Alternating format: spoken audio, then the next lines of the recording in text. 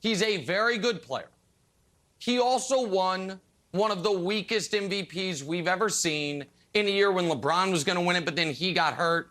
And then KD could win it, but he got hurt. And then Harden could win it, but he got hurt. And then Embiid was going to win, and then he got hurt. And they're like, okay, Jokic wins it. I don't think there has been a reigning MVP as disrespected as Nikola Jokic. The Joker is truly a talent that we haven't seen before, and we have guys going on national television saying that he is not worth speaking about or worthy of being an MVP. Guys have even went as far to say that he is the worst MVP in NBA history.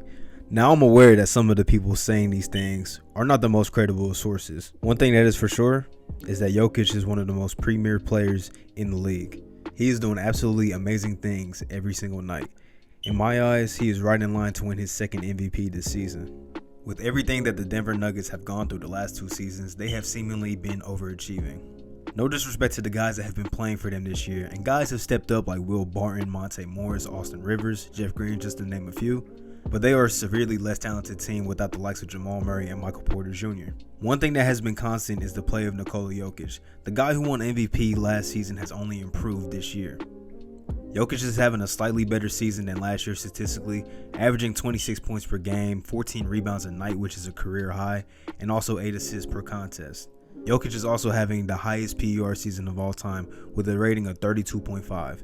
To put that in perspective, the league average is a PER of 15. And also, one of the previous highest marks in a single season was set by Wilt Chamberlain. If you're in any sentence with Wilt Chamberlain when it comes to a stat, you're doing big time things. To go along with that, Jokic has improved significantly on the defensive side of the floor. For somebody who was looked at as a bad defender, he has become, in my eyes, an above average defender. And I still don't think he gets the credit for what he does on that side of the floor, as he's had multiple game-winning blocks this season, one of the best players in the league when it comes to getting the deflections, also averages over a steal per game. It's definitely showed the work and effort that he's put in on that side of the floor. And despite Jamal Murray not touching the floor this season and MPJ only playing 10 or so games, the Nuggets are still sitting at the 6th seed in the Western Conference with a 40-28 record. Denver is only 2.5 games back of having home court advantage in the first round of the playoffs. Without their second and third best players, this team has still been a true threat to make some real noise in the Western Conference. We even saw this team last season win a first round series without Jamal Murray. They have shown that they can have playoff success missing one of their best players. If that doesn't speak to the impact of Nikola Jokic, then I'm not sure what does. It might be easy to overlook Jokic because of how amazing the MVP race has been this season. We got guys like Embiid, Giannis, John Morant, DeMar DeRozan, guys have been really making cases all season long. And to simply put it, Jokic just isn't as flashy as those guys. Like, he doesn't make the amazing plays that a Steph Curry might make or a Joel Embiid. But one thing that he's super consistent. He's been there all season long, every single night for this Denver Nuggets team, putting up amazing statistics almost every game. And I've said it before, my MVP pick changes basically every week. But right now, I think Jokic has put himself into the driver's seat of the race. He's got the numbers, he's got the big time performances, he has the consistency, and his team is winning games. And when you look at a lot of MVP ladders and people saying who they project to be the MVP, Jokic is usually at the top of that list.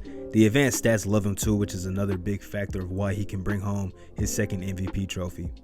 Now, what the Nuggets will do in the playoffs is to be seen. They're still probably going to be missing Porter Jr., Jamal Murray. They're going to be down on a lot of offense in the postseason. With all the injuries that this team has dealt with, it's not going to be an easy run for them to potentially make some noise in the Western Conference. One thing that is for sure, they'll have a legit chance because of number 15. Hopefully voters fatigue or media members with absurd agendas does not get in the way of Nikola Jokic winning his second MVP award.